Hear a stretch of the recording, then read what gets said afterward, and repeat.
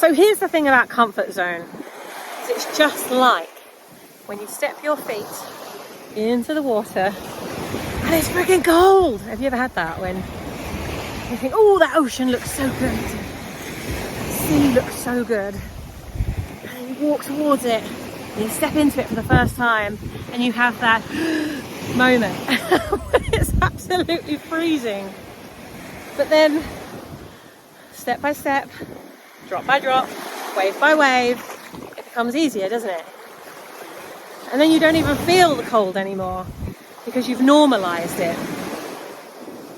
And that's exactly what it's like when you step out of your comfort zone, when you do something new for the first time, or when you say yes to doing something and you think, oh, holy fuckadoodles, what did I say yes to?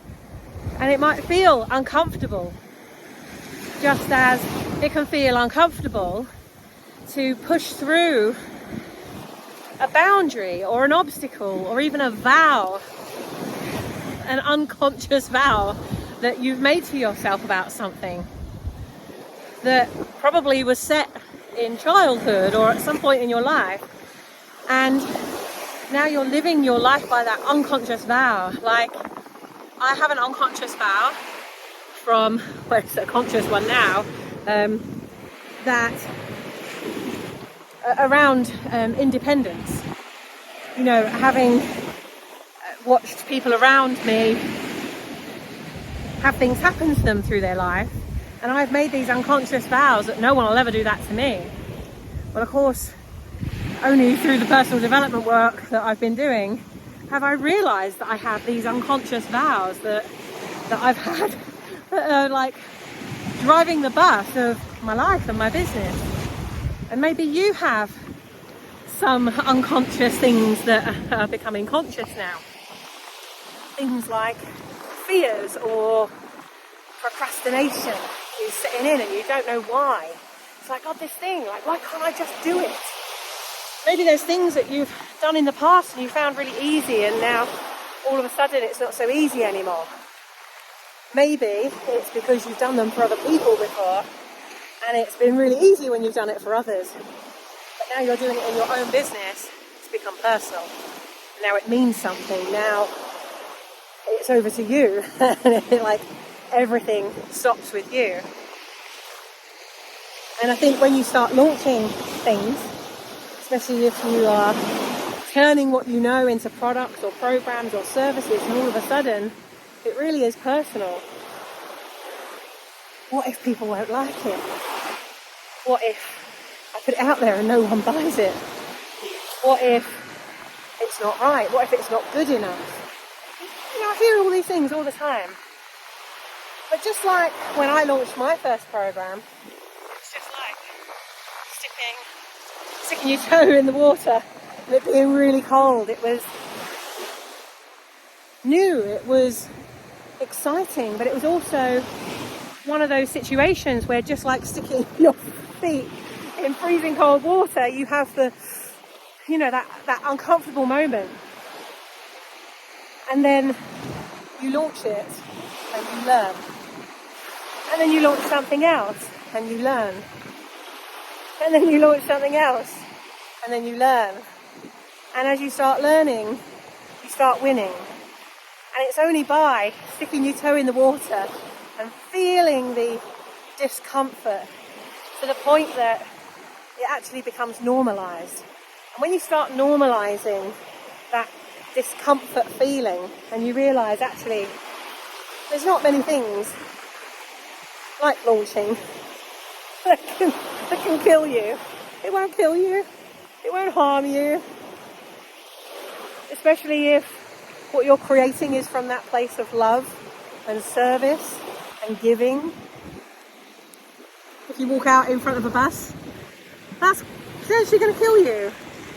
But launching something, doing something for others, turning what you know into something that can make a difference in someone else's life, it's not going to kill you. It might be uncomfortable, but it's certainly not going to kill you. And just like many, many years ago, when we were part of tribes, and to a certain extent we still are, but many years ago, it was life or death. If we didn't fit in, if we didn't pull our weight, if we weren't like the others, then there was the fear and the very real reality that you could be sent away from the tribe. You would have to fend for yourself, and that probably meant death, being on your own. But now there's safety in numbers, just as there was then. But I think we can look at social media and be scared of it. We can be fearful of it. We can look at, but what if I put things out there and people don't like it, or I don't fit in? Well, the very reality of that happening is very slim, first of all. But when you start to make a difference in the life of others, and your tribe gravitates towards you, you're not having to fit in. You are serving, you're creating, you're developing, you're building. And in doing that, and doing it from a place of love, the right tribe will find you. So it's almost like the reverse of how it used to be. Like, we'd be part of a tribe and we'd do everything we could to stay in the tribe because that's where it was safe. Well, now, in these times, it's safer to put yourself out there. It's safer to be different. It's safer to share than it ever was before. It's safer to be yourself because the right tribe will find you. So be brave. Stick your toe in the water. Get uncomfortable. Feel the fear. Step into it. Normalise that fear. And what will happen is you'll start doing more things and it will feel easier. It will start to feel better. And it certainly won't start to hurt as much as it did the first time you did it. So just a little message for you today. It might feel uncomfortable at first, but when you normalise it, it won't stay that way. Be the drop. Because every drop of water makes this ocean. The ocean can't be an ocean with just one drop. But when it joins together with lots of other drops, it creates the whole.